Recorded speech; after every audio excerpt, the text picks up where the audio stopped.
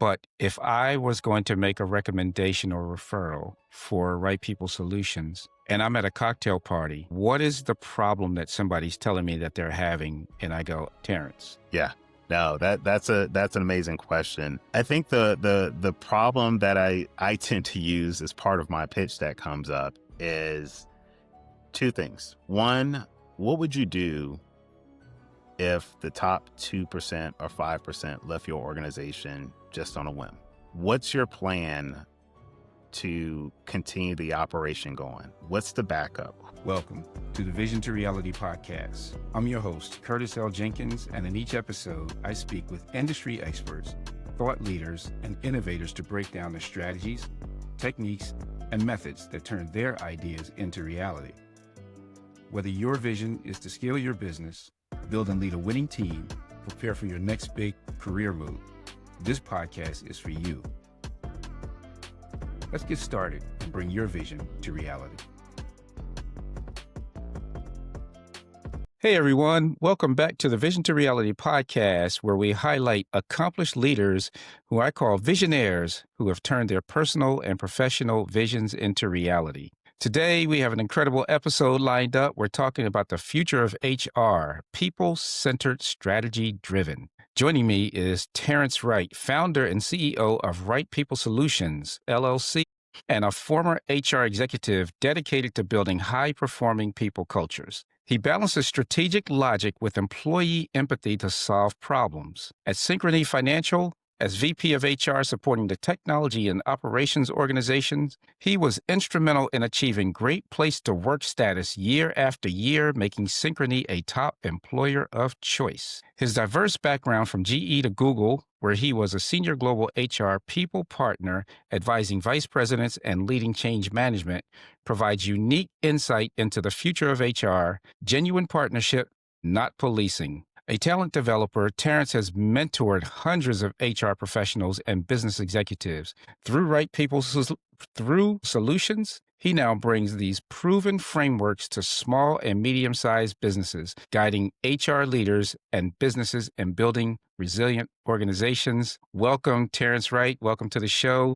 Thank you, Curtis. Thank you. And listen, when I heard you read all of those things, I just went through a time warp of like, wow, I have really done a lot over the last 2 decades, and I still have the same energy I had back then, although I didn't have as much knowledge and I have more hair than I do now, but I still wake up each day just passionate about people. So I am very excited to be here, and thank you for the opportunity. Oh, it's my pleasure. And just imagine, we are humbled when we get to hear our bios come from somebody else, right? Yes, we are. And I know if you're like me, your work isn't done. There's more to the story, right? Whew. And it's just happening every day. It is indeed. There is a lot to work to be done, especially with this new venture that I'm on right now. There's so much opportunity out there to support our small and medium-sized businesses that don't necessarily have the amount of resources that I had when I was working for GE and Synchrony and Google and all of those other places. So really excited about the journey that we're on now to really make a difference in the business community as a whole. So why don't you tell me more about that, right? The small business community. I mean, you came right out the gate talking about that. That's clearly a passion of yours. Why don't you tell me more about that and how you help the small business community? Yeah, so great question.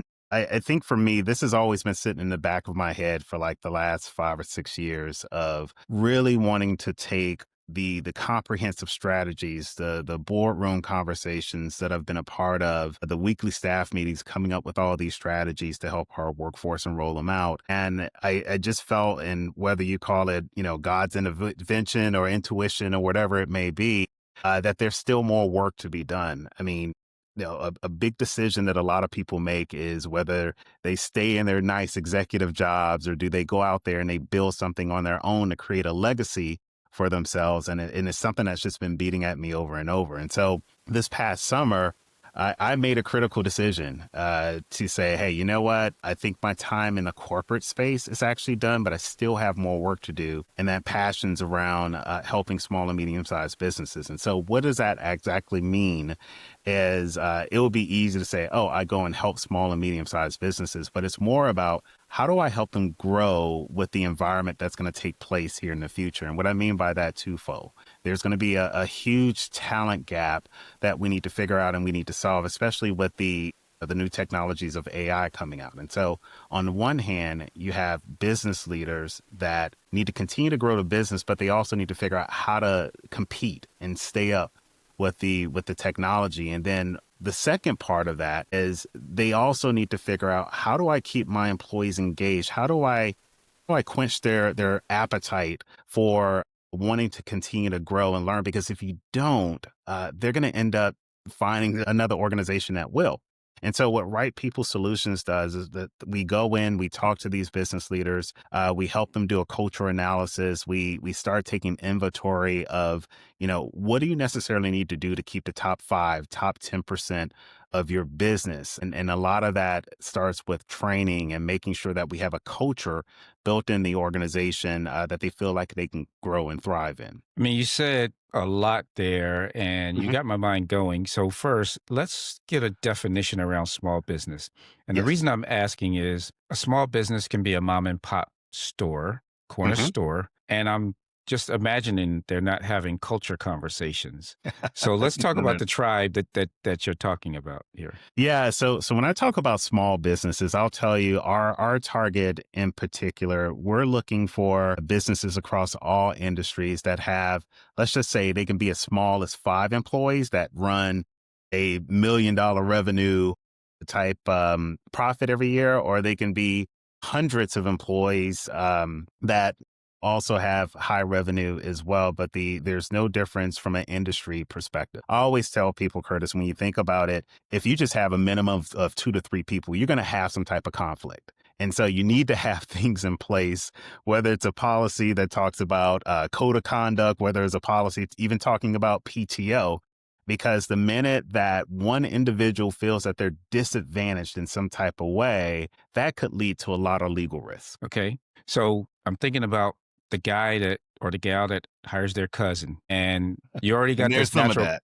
you got that conflict and they don't do the work that you hired them for, but they want to be paid and you end up doing the work and still paying them. How would how do you work with organizations like that they struggle to get the right talent? They can't afford the right talent. And maybe with the way that you said they need to have 1 million. I heard you say in profit, but then I heard you say revenue because there's a difference, right? There's a difference. Yes. So which one do they need to have? 1 million in profit or 1 million in revenue? I think so I don't necessarily like feed people out or filter them out because Okay. whether it's $1 million and 1 million in revenue, I think the key thing is that the unique thing about Right People Solutions, we will customize our services towards what's reasonable for you, right? Like for example, if it's a matter of like, hey, Terrence, we can't necessarily afford you as a consultant, but we really need the type of support. We have customized packages that says, okay, here's materials that we've created from a standpoint that helps you build the foundation of what you need to have in order to run a successful organization, but also have the foundation of having some HR principles, right? So that's one vertical.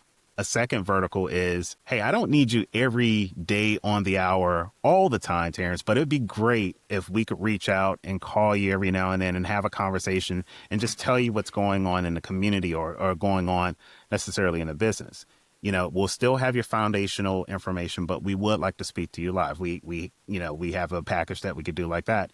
And then the third vertical is ultimately, do you need to hire me on as an executive member of your team, right? And so that varies from tier to tier when it comes to whether I got 10 employees, whether I got 50 employees, whether I have 100 employees. And so the unique thing about us, at least as of right now, we're able to adjust where we necessarily need to. Because when you think about it and take a step back 30,000 feet, everybody's running into the same issue. It's just a matter of, do they have the appropriate resources in order to do it? Yeah, got it. So did you grow up and when your mom and dad or your teacher said, what do you want to be when you grow up? Say, I want to lead HR and people. Far, far from it, actually. I think the thing when I grew up, my dad was a longshoreman.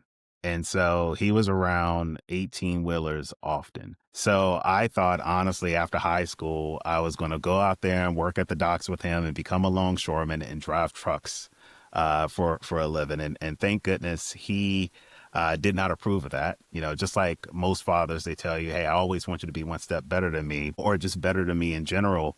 And so when it started coming reality that he wasn't going to get me on at the docks, I ended up going to school to become a school teacher. So started off in the education space and then quickly recognized there was something with working with people, kids in general, that I just always found very unique. And so it became a passion around educating people in general. And then that transitioned into wanting to understand more about business in itself. And so I went back after undergrad and got a master's degree in organizational management, which is code for human resources, if you will. It's the study of organization culture. It's how do you build up teams and all of that. And just simply fell in love with it because it hit on a couple of things. One, it allowed me to continue to build on that teaching background by educating people, whether it's about policies and procedures. And two, it really help open the door for this other thing that I have, this excitement about like creating powerful cultures. Okay. And so fast forward, now you're working in big companies and you're making them award-winning companies. So how'd you make that transition? And what were some of the unique things that you did to make Synchrony a great place to work? Yeah, so the thing about working in multiple corporations is you get to see the good, bad, and ugly. And I will not name any companies in general. So if people are looking at my LinkedIn profile, they'll have to go ahead and guess on their own necessarily. But I've been in spaces where I've seen how people had gotten treated that just didn't feel right. An example is when my mom actually had a injury. She was placed on leave of absence, and we're going way, way back a little bit here. She was placed on leave of absence, and then just one day she got a letter. So again, time wise, she got a letter in the mail that said, "Thank you for your 20 plus years of services, but we're going to lay you off, and so don't expect to come back to work." And I was very I think I was on the verge of either graduating with my degree in org development or probably in maybe my first year of that. And it just really didn't sit well with me. Right. And then other examples where, unfortunately, in our space, if you are an executive at some point, you're going to have to make the tough decision and impact people roles. And there's a way of doing it with class and dignity or making sure that those employees still feel, or ex-employees now, feel like they aren't just being shoveled out of the space. And so very early in my career, I got the opportunity to see what bad looks like in that space. And I was really fortunate when I had the opportunity to come to the General Electric company, place that had been around in existence for years and years, which later our business at the time, Synchrony, was called, or previously it was called GE Capital Retail Finance. And so when we did our spinoff in about 2014, I remember the leader, HR leader at the time, CHRO at the time, and maybe even CEO at the time said, now we get to pick and choose how we want to be as an organization. So even coming from a big organization like GE, the benefit of going into an IPO, we get to pick and choose what culture we want to necessarily create as part of that process. And when I tell you, when I think about the years of my leadership or the years of experience in HR, they were some of the most phenomenal, caring leaders that I'd ever came across. And so when we established ourselves as an IPO, we started participating in the Great Place to Work survey that occurs every year, and they kind of rate the top 100 places to work, and they assess on all kind of things. And so we just made it our mission. It became competition to us. Like, we want to be the best. And that was one of the things that we pulled away from the General Electric company. When you think about GE back in the heyday, it was, we are the best. We're going to be the best, and we're going to show you that we're the best. And so that carried over with us into space. And what was really the cool thing about it was a collaborative effort, Curtis. You know, sometimes feedback can it can go up to the leaders and then leaders be like, yeah, yeah, yeah. And they move on and it becomes lip service. With this culture in particular, what made it so great is we listened. We listened. And not only did we listen, we partnered with the workforce. Okay, you're telling us this. We're going to do this, but we need your help. We cannot do this by ourselves. This cannot be a top-down effort. We need you to be involved. And so every year we would be driving these activation plans that pulled in workers from all levels. You're talking about sitting in a room with hourly workers to executives, so on and so forth. And we gave constant updates. And it was a fine oil machine. I mean, it just ran so well the way we operated. And once we started achieving success, it was like, okay, one year I think we were like 84th. So we were like, okay, I mean, we're 84th. Now next year we're going to be in the 80s. The following year we're going to push for this. And the following year we're going to push for this. And I still keep up with how Synchrony is doing. And believe it or not, I think they're number 2, if I'm not mistaken, in a great place to work. So kudos to them and the leadership. The CHR, though, there is phenomenal. Great guy. I had the opportunity to report to him for a little bit. And him and the current CEO still do an amazing job driving the culture. That's amazing. The thing that comes to my mind is, how did you get the bottom up approach, the people, to sort of help drive that, right? Because everybody talks about change, and I had conversations all the time about the top down, and a lot of times coming from a top down, it doesn't always reach downward. So what did you do to energize the workforce and empower them to make? That's just it. You give them empowerment. You said the exact word. You empower the people to make the change, right? You can't make change unless you have some type of involvement in it, some type of, we call it skin in the game, if you will, that type of thing. And so when we as leaders, we would get together, we would be having these conversations.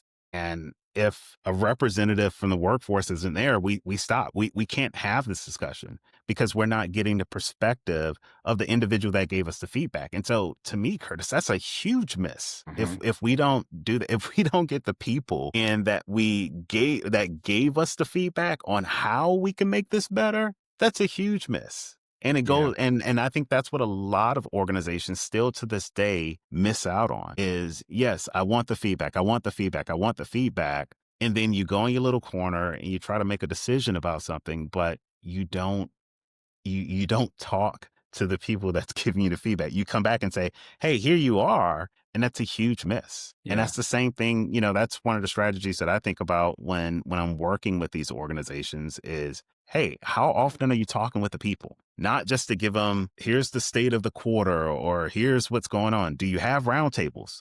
Do you have an open door policy? Do you let them come in, and tell you about, hey, my so-and-so has just graduated. Do you know them? Do you know their spouses by first name? That was a huge quality of the CEO at the time when Synchrony did the spinoff. She knew people by their first names. I mean, and she had over 7,000 people. And she attached stories to each of those individuals. I was one of them. And it just blew my mind. And if you think about it, Kirsten, if somebody takes enough time to remember who you are or that important detail, why wouldn't you be more energized and pumped to do, hey, we need to do this. Okay, let's do it because she knows who I am or that leader knows who I am. And so to me, that's just so critical. And a part of that whole culture process is what I mentioned earlier about having accessibility to the leadership. Quite impressive. Yeah, it is. So It really is. I'm going to sort of be this bad guy now. Oh, bring it on. Bring it on. All right. So the future of HR, genuine partnership, not policing. So first, talk about why you say that's important. Genuine partnership, not policing. And why did you choose those words? Is there an inherent feeling that HR is about policing? Well, I mean, if you think about it, think about where HR initially existed from. It was called personnel, if you will, right? It was the personnel office. They did all the paperwork, they stamped stuff, and then you never heard from them, right? The only time you heard from HR is when, Curtis. I think you even know this. That's right. Either when you get hired or you're getting fired, right? That's the right. only time. And so that philosophy, unfortunately, has not left a lot of organizations because that's what they grew up in and that's what's been passed down in some senses. And so when you have an HR organization that's more about, you can't do this, you can't do this, you got to watch this. Did you get in on time? Did you do that?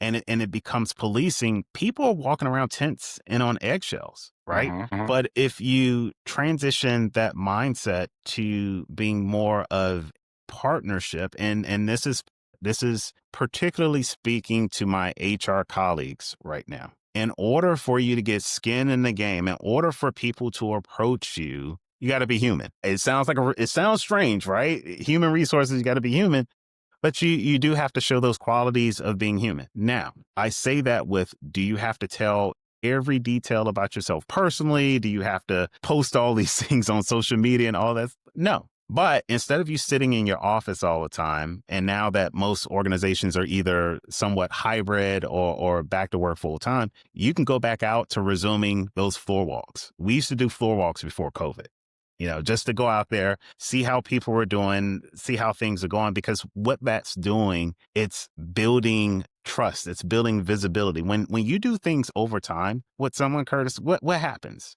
The relationship gets better, it gets stronger, right? That's right. So, Curtis, if we said, hey, you know what, after this podcast, we're going to do a 5-episode series and we're just going to talk about these certain things. We're going to get better each and every time. You know why? Because we're understanding each other. We're learning each other's mannerisms. And now we know how, just to fire off. That's the same thing in any of these other spaces. Again, if you're policing, a police interaction is abrupt, is quick, and then they move on. Right. But if Yeah. it's a partnership, I'm coming in, I'm talking to you. I want to know more about the community. I want to know because I'm serving this community, all of those things. And so when I talk about the importance of partnership versus policing, that's where I'm coming from. Okay. I sort of wrote down a comment. I don't trust HR Hmm. because I'm not sure if they are for the company or for me. Hmm. I want you to address that. Yeah, that's a big one, right? I've come across it several times. Hmm. And what I always tell people, and when I used to do my investigations for situations, I would always tell them I investigate facts and not feelings. And why that's so important to understand and separate the two. The feelings you have, they may be very well valid and understood. But let's talk about the facts. What are the facts behind why you don't trust HR? Somebody may say, well, I didn't get promoted for a position that I thought I should have very well been promoted about. Okay, let's talk about that. Did you get feedback? Well, this person gave me feedback on X, Y, and Z, but I didn't believe them. Well, why didn't you believe them necessarily? Well, because they did so and so. Well, do you have proof of that? Right. So there's always this understanding of if we could remove feelings out of the situation and just focus on the facts, whether you like them or not, are the facts. That is the hard, tangible information that you necessarily have. And listen, a lot of it's carryover. It's inherited behavior that's learned. Terrence said he doesn't like HR, so maybe I shouldn't like HR either. I don't know why I'm saying I don't like HR, but I don't like HR because Terrence doesn't like HR for whatever reason. And I might not have never had anything to necessarily do with HR. And then, from an HR standpoint, again, it goes back to, it kind of carries that unfortunate flag of sometimes we have to make very tough decisions. Or if you're a strategic partner and you're in the room, you have to make tough decisions, whether it's impacting roles in some way, shape, or form. It's, sometimes being pulled in for disciplinary action reason. But again, it's just like in the previous question, if I'm only showing up in those moments, why would you trust a person? Again, Yeah. that's a transactional moment, right? Yeah. But let's talk about when Terrence is going by and talking to Curtis about hey, Curtis, when are you going to do this to get this promotion? Right? I gave you some feedback a couple of weeks ago. I just want to check in with you. How are things coming along? What are the roadblocks that we need to necessarily remove? Okay, you've done that. All right, next thing. Hey, have you gotten with your manager and told them what you're working on? Have you been able to quantify that with them lately so they can understand what your impact is in regards to how you're ready to grow in this organization? That's partnership. That's me investing in you. That's us building that trusting relationship that we talked about. And we all know that trusting is so fragile, right? We can build up for 6 or 7 months, but the minute I got to call you in because of something that might have happened, it sometimes can get eroded. But I could tell you, Curtis, from some of the experiences that I had, I used to always tell people, when you walk into my office, you already know why you're coming. Mhm. You already know. It's not a surprise or anything like that. I don't have to surprise you. You know why you are showing up in my office because of something that, may have transpired that you very well might have been a part of. So Mhm. when we come down, I'm not going to continue to beat you up over it. I'm going to ask you, hey, what did you learn from it? I know it's Yeah. kind of embarrassing. Maybe it's not the light that you want to necessarily be shined in, but okay, it happened. Now, what are we going to do to build that reputation back up? It's happened to me before, Curtis. I Mhm. mean, it has. And I thought I was done. And it only made me a much stronger HR person. Okay. Okay.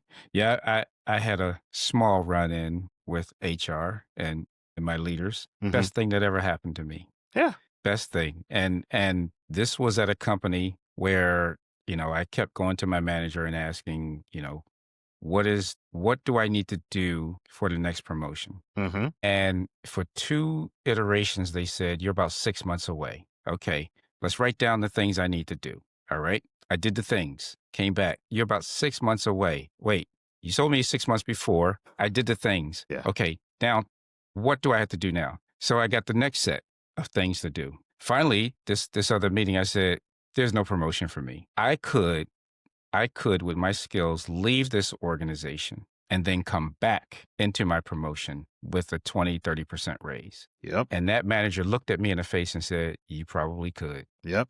Isn't that crazy? I mean, that's the risk that organizations take sometimes, and then they don't recognize it's not the immediate thing that's taking place. It's the people that was watching Curtis. It was the people that were cheering for you way over on the other side, saying like, "Hey, Curtis is up next. He's going to get that promotion." And then when he doesn't get that promotion, guess what it does to them? They're out of here now. So guess what HR is doing at that point? HR is now saying, "Oh no, we now have this turnover issue of what's going on. We don't understand why it's taking place," right? When you provided that example, it made me think about like where was the HR partner in those conversations? Yeah, they Like, were absent.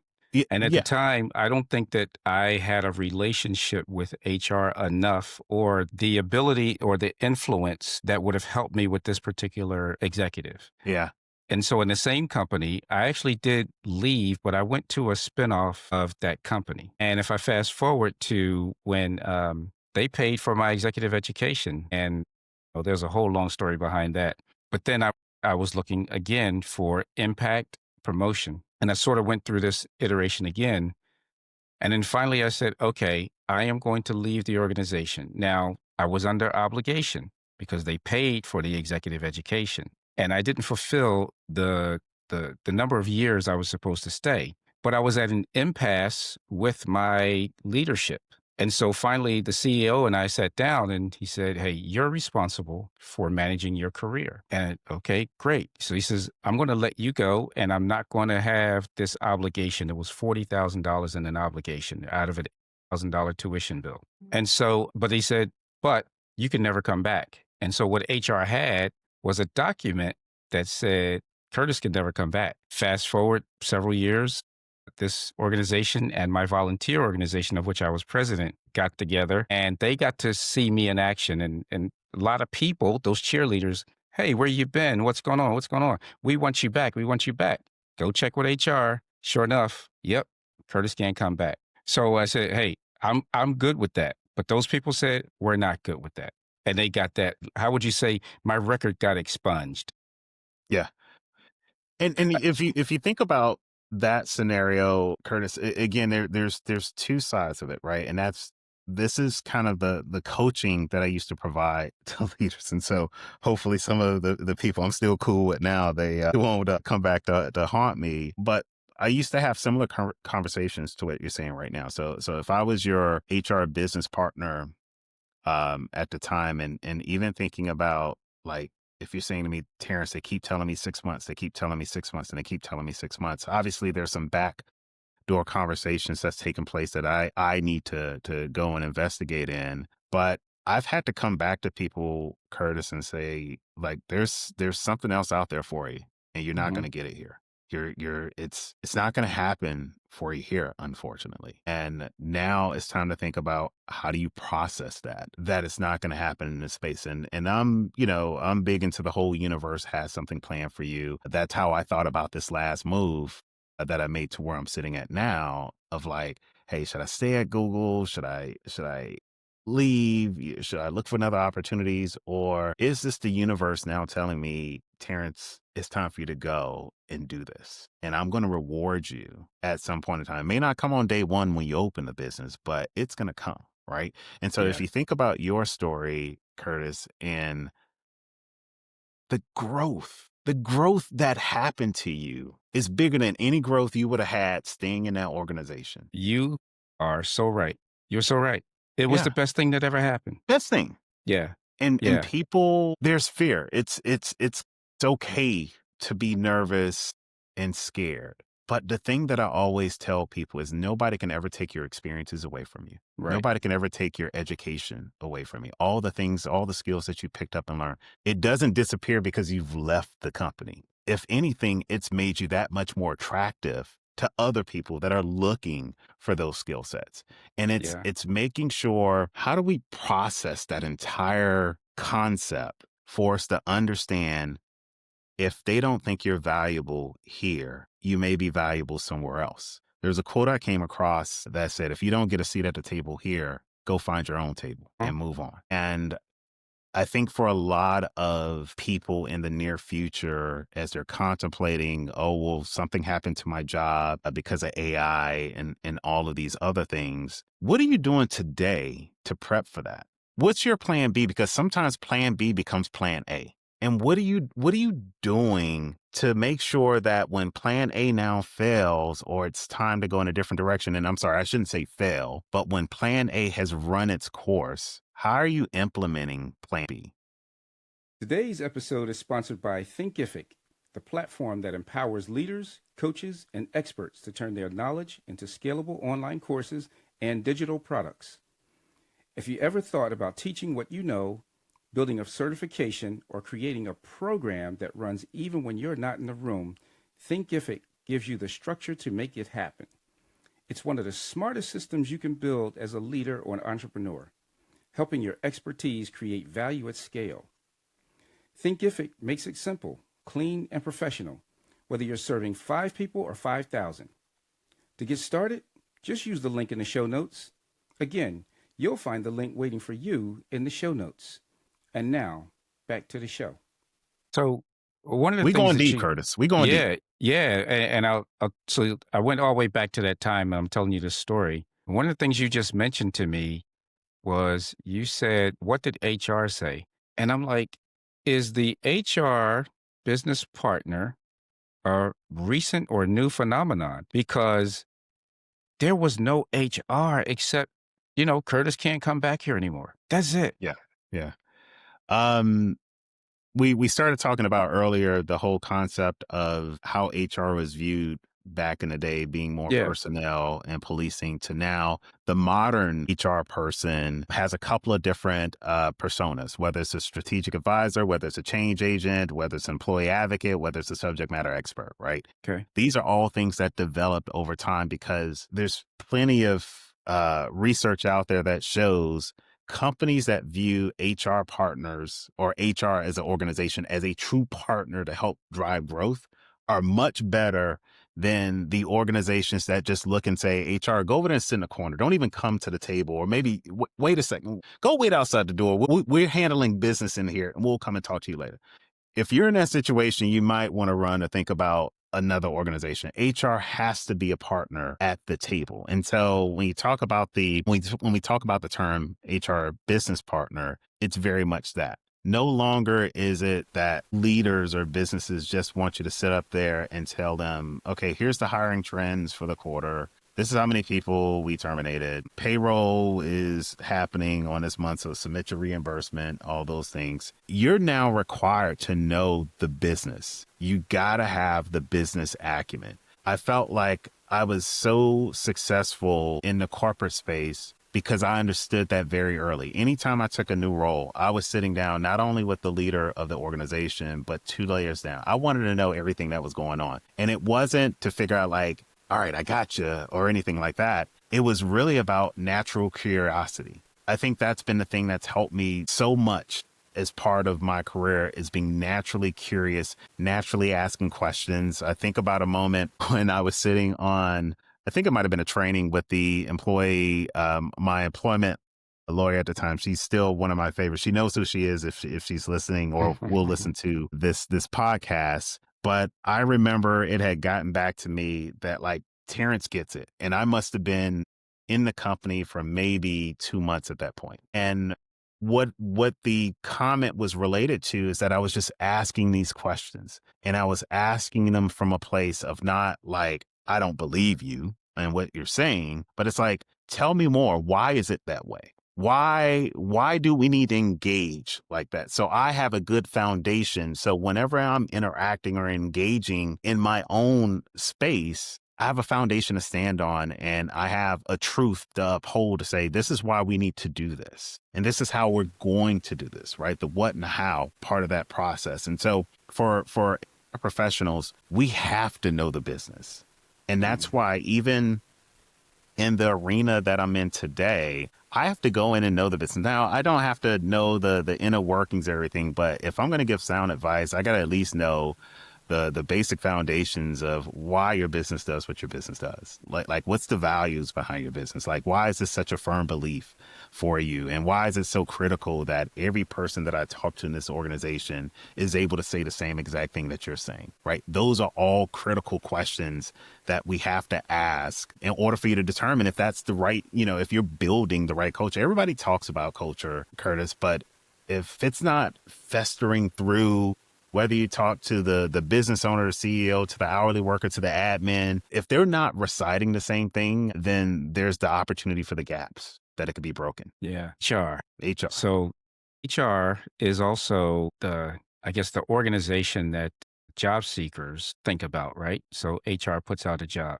but there are other actors in this space, right? Recruiters and hiring managers. So I feel like HR are in one sense, they are the police to those guys. In another sense, they are the ones that get punched in the eye for the behaviors of these groups.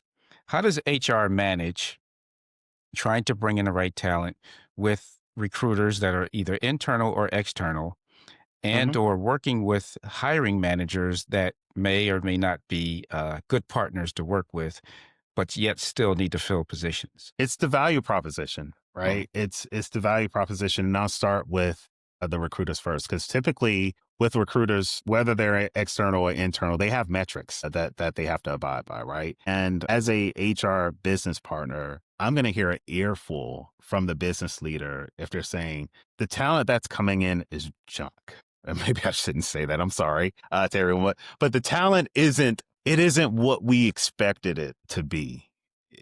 I'm hearing that, right? And so part of my role as the business partner is to be the conduit, right? I'm kind of the buffer in between the recruiter, the hiring manager, and then if the senior leader is getting on the back of the hiring manager because they haven't filled the position so far. So it's quite an orchestration of what has to happen. And I'm telling some secrets here. So for those that I've worked with in the past, here's the secret.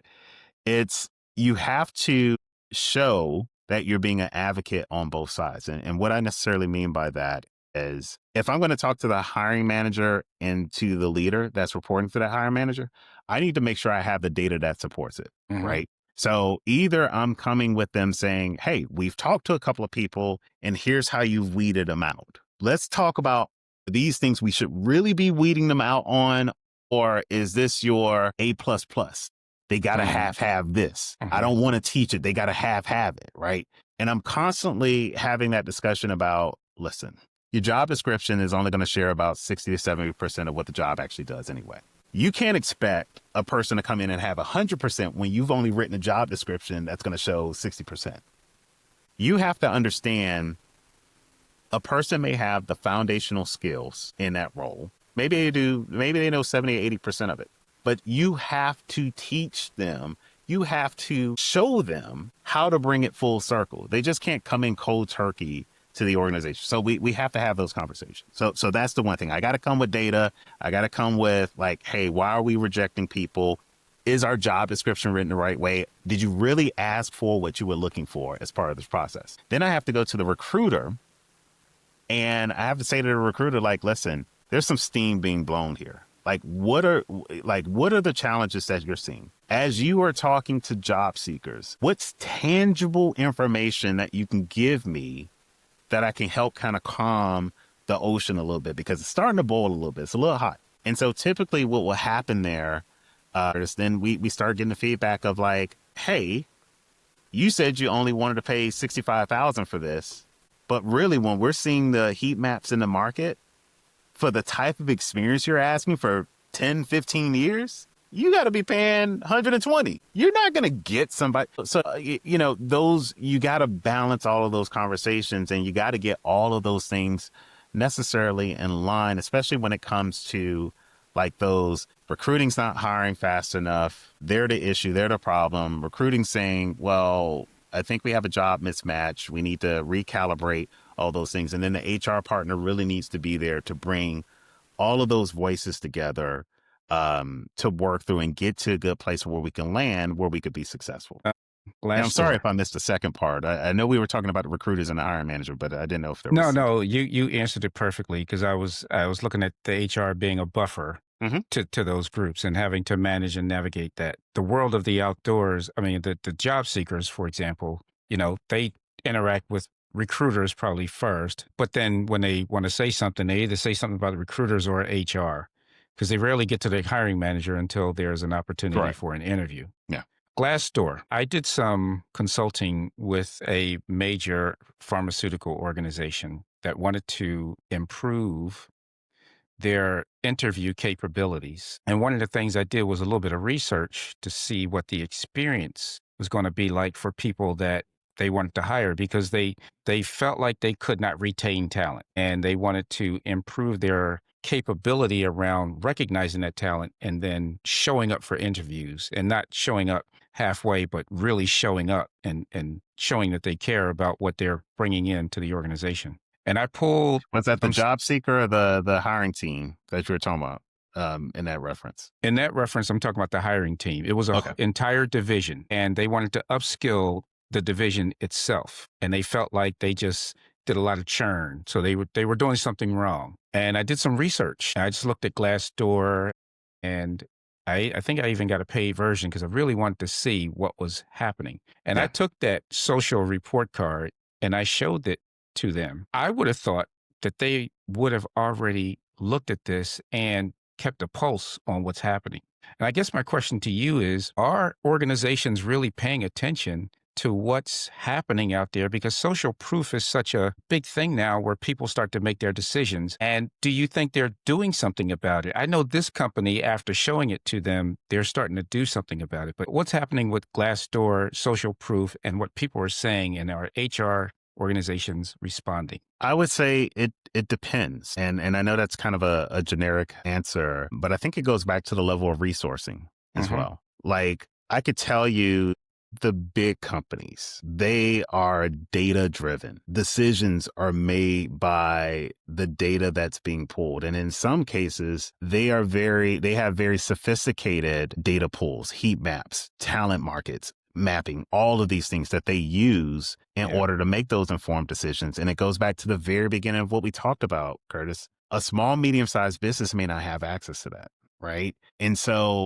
that's why organizations like mine and so many, other consultants, that's why we play a key role in this, because they may not be thinking about that as part of it. If I'm running a business, I got 17, 20, 70 employees. I got to make sure I'm feeding all of their families. So that means I'm focused on the BD. I'm focused on all these other things. I know in my mind somewhere I should be doing something about HR, but I really can't. because I'm focused on these things. Now, in that same example, if you have the luxury of having maybe one or two people, that's fine. And the reason why I say one or two people, because in reality, Curtis, from an HR ratio standpoint, you should maybe have one HR person for every 150 to 200 people Mm, full time. So okay. you kind of think about that number for a second. You kind of think about a lot of these organizations that are less than 200 people. They're probably not going to have a full-time resource. You know what they're going to have? They're going to have an office manager. And the office manager just does payroll. And they try to get training and all this other stuff together, right? They won't have time to go to Glassdoor and Towers Watson and some of these other organizations to do that. And so that's why you see the huge scale, right? That's why you'll probably see more people be likely to stay or go into a corporate, if you will, type setting versus bouncing from mom and pop, because it's just the infrastructure is just not there in that sense. And so I say it depends because of the scenario, and that it depends is what Right People Solutions is trying to help people with, right? We're trying to come in and help them with the understanding of like, hey, you don't necessarily always need to hire a full-time HR resource. It'd be nice if you have maybe a fractional come in, but as a consultant, let us come in and help you at least benchmark what you need to necessarily do in order to change the tide, right? And for a lot of us as HR consultants, some of us have shops set up to where we could do monthly retainers, where we work with the organizations over a monthly period until they achieve the results they necessarily want to take. In some cases, we farm out talent for fractional positions to cover full-time executive roles or full-time positions for another finite period of time. And then other times, organizations, there's PEOs out there now, these professional employee organizations that kind of help businesses now, but they more so run like payroll. They'll do employer relations, and I'll just leave it at that. They'll do employer relations and payroll, but it's not the same as having someone who is very experienced, that knows what they're doing, that can come in and share with you some of the big strategies that they've learned from their experiences in corporate. Oh, man, I appreciate you saying that, because I was going to ask you this question. Maybe you answered it, maybe you didn't. But if I was going to make a recommendation or referral for Right People Solutions, and I'm at a cocktail party, what is the problem that somebody's telling me that they're having? And I go, Terrence. Yeah. No, that's an amazing question. I think the problem that I tend to use as part of my pitch that comes up is two things. One, what would you do if the top 2% or 5% left your organization just on a whim? What's your plan to continue the operation going? What's the backup? Who can step in and take over right away? If you can't answer that question, let's talk. Second part, I'm helping individuals who have no idea what's going on, with the exception of I need to run a business. And I know I have people, and hopefully they'll stay because they like me. If that's your strategy, you need to call me, because hope is not going to do anything for you if you don't have anything in place. And the last thing, and I told some small business leaders this yesterday, I just simply asked them, raise your hand if you have a business strategy for the next year or two. Most of them raise their hand. I have a business strategy.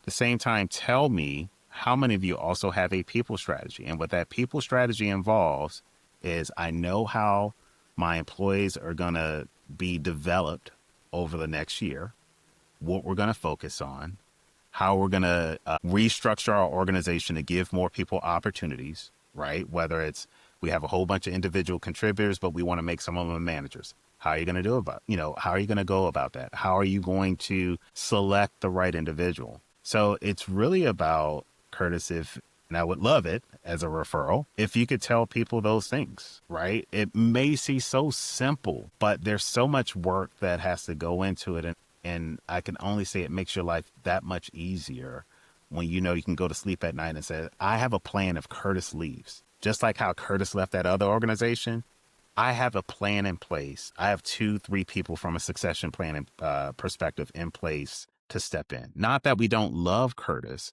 but we're being proactive in how we move. Curtis wins the lottery tomorrow. He doesn't just have to leave because he hates the company. Curtis leaves he wins the lottery, the Powerball tomorrow. What are you going to do? What are you going to do? What's your strategy? Those are the things that we help people or organizations out with. Got it. Okay. I had a couple more of my typical questions. And the Sure. first question is along that vein, who or what company was the one company that you helped that after working with them and seeing their success or even going through the process, you became a different person? So I could take it twofold. One, I can think about how I evolved as a person in the corporate space, and then the other one, I'm actually working with a client now, but I'll go to the corporate space and what really helped me just change and grow as an individual after helping them. And this was back at Synchrony. When I switched over and started supporting the technology org, it was a different space because it transitioned from working with hourly employees to more salary-based employees. And you tend to realize pretty quickly the motivations are different. No longer, and gosh, I wouldn't recommend this at all to anybody today, but the pizza parties in the room for achieving something is not going to get you anywhere compared to when you think about some of these more technical roles. In a sense, recognition is different for them in that space. And what I recognize is you can still have a world for both, but you can't necessarily approach every single individual the same. You have to be able to be agile and adaptable to the audience that you're supporting at the time. And I think that was a big learning for me because I had to pivot in how I necessarily approach things. It wasn't no longer you do the tactical things and they'll be okay. It was now we got to be strategic. Curtis wants to be promoted. Now I have to figure out how to put him in the right positions to get the visibility he needs to be promoted. If we were talking about like a contact center employee that I used to support, it was, okay, when the next promotion cycle come around, just go ahead and line them in there. And that's it. The stakes get bigger and much bigger when you're now talking about directors. You're now talking about vice presidents. And so that really made me have to think about systems thinking as a whole. And for those that may not know, systems thinking is pretty much just understanding here's the pipeline, but what are all the mechanisms that take place that could be impacted from a ripple effect by that systemic change. And so that when I started to understand that concept, that's really where my career from an HR standpoint took off as well. And it's that level of thinking that helps me bring that to the businesses that I support today, because they'll come in and say, Terrence, I just need you to update the handbook. It's like, whoa. I know that's the tactical thing to do, but have you thought about the change management process that's a part of that? What's the awareness factor of the employees? Do they know? What's the desire? What's the knowledge? What's the activity that needs to take place? And how are we going to reconcile if it doesn't go off the way that it needs to go off? Right. So these are all the big system type thinking things, critical thinking things that have to take place when you're in this space as an HR business partner. You just cannot go and just be tactical nowadays. And so for me, I was very fortunate enough to be put in positions to where helping organizations transitioning or transferring to different groups really helped me understand the concept of systems thinking and how you need to be big picture focused versus looking at stuff very narrowly. Hey, I just wanted to take a quick break to say thank you for tuning into the Vision to Reality podcast. If you're enjoying the show, be sure to hit subscribe so you never miss an episode. And if you're ready to level up your business or career, I've got some great resources for you. To turn your business vision into reality, my book, Vision to Reality, Start Working, Start Living, is available now and filled with strategies to help you bring your goals to life. Plus, the companion Vision to Reality digital workbook is the perfect tool to guide you step by step through the process. You can grab both at curtisljenkins.com. And if you're preparing for your next job search, check out my book, The Only Job Search Book You Will Ever Need. This book uses proven marketing strategies that have been used for over 60 years to help you rise above competition to land your dream job. You can grab your copy at curtisljenkins.com. And I have great news. This book will be updated with a new version that includes recent impacts on the job search process, such as remote work, AI, government policy changes, and much more. Thanks again for listening. Now let's get back to the conversation. All right. So you and I, we had this on our calendars for a little bit. You knew you were coming on the show. Mhm. You knew I would ask you questions, but was there one question that I didn't ask you that you wish I had? What would that question be and how would you answer it? I think the one question that I wanted to dig in a little bit more of was we talked about the future of HR, but Mhm.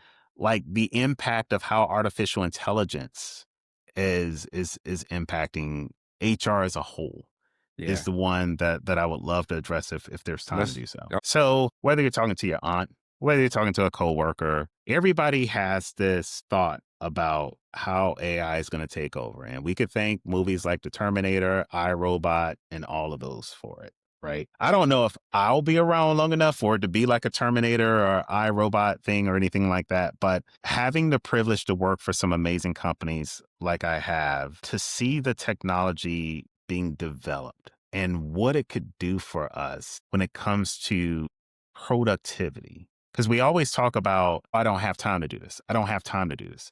Time is our greatest currency. Some of the tools that are being developed are really helping to solve that. And I know some of it's scary because there's the part of you're taking away jobs. You're taking away, you go into X department store, no names, because I don't want anybody to come back on us. X department store, you still have like 30 cashier lanes, but you only have 2 actual people working the cashier lanes. You have self-service checkouts now, and everybody's doing self-service. Well, that's a part of automation when you think about it. But the thing I will point out about that example, Curtis, is like, remember the frustration of being 5 carts deep in that line where the person was scanning this stuff and you had to sit there and wait, like, now I'm losing time. We forgot about that somehow. We forgot about how this simple piece of technology helped remove that worry or that concern, right? We now are also thinking about how we use these language learning models. And this is the big thing that I think all HR departments are trying to figure out right now is how do we help our workforce, our existing workforce that may not be messing with this technology day to day? How do we implement it? How do we implement it? How do we develop it? How do we train our employees to be comfortable with it? But how do we do it socially responsible from a governance standpoint? Because right now there's no governance. You're seeing more and more now companies are hiring chief AI officers to now start putting in some type of guardrails, but they're actually just trying to figure it out all along with us as well. And so my point is the technology can be scary, but what HR is trying to figure out right now is how to move this into the businesses to where it helps their employees feel really good about the things they're doing, right? Whether it's the use of using this AI technology to help them figure out what's my career path within this organization, right? There's models out there that help you with some of those things to make that decision versus now you got to rely on your manager to have those conversations. Nope. Put in the information. What do you want to do? What's the role profile that you want to do? And it spits out this learning plan for you, which is great.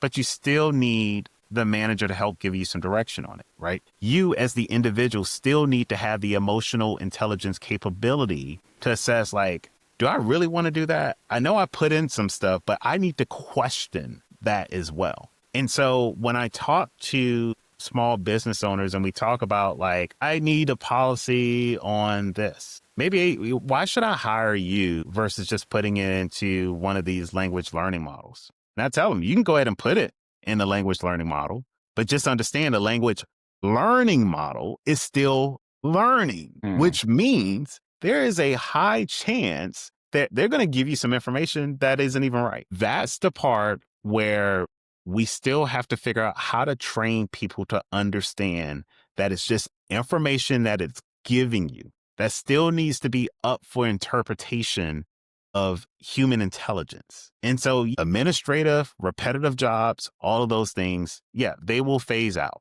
right? But there is still a component that you need to have some type of human intellectual to challenge what the model is giving you. You're still going to need somebody smart enough when they're punching out all these models that says this is the calculation that comes out.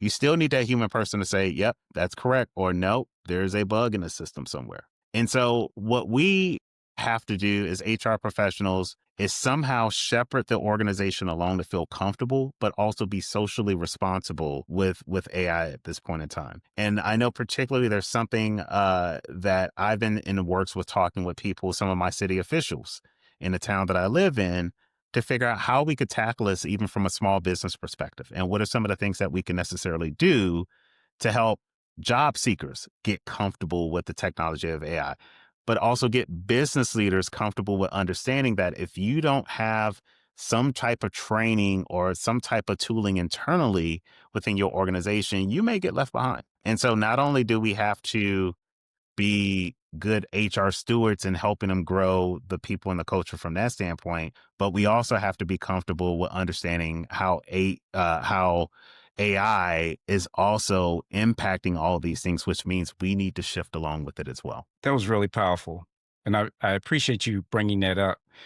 A couple things came to mind. The Hmm. first one was it would seem that from a larger company perspective, the governance and the security around that would sort of slow the adoption of AI in a bigger company, right? Although many leaders are, becoming now publicly responsible for leveraging it, or I think it's, basically a pissing match, who can Yeah. get there first Yep. and show their AI chops. But small businesses, when you talk about having the lack of resources, here's the opportunity to learn how to scale and take those things that these business owners think about on a day-to-day basis and get them into the BD space and all of that. So I think it's a great opportunity for a company like yours, Hmm. right? And I'm going to use these words because I'm going to use your words. You said you're using the learning, right? LLM, the learning Hmm. that might not be getting it right. But Hmm. to get it right, URIGHT. You need to call Right People There Solutions. you go. There you go. There you go. All right. Listen, I don't have, this name, I have been playing this name a lot, right? Yeah, It fits so well, and I'm so fortunate that it's still there. I'm working on the trademark, by the way, but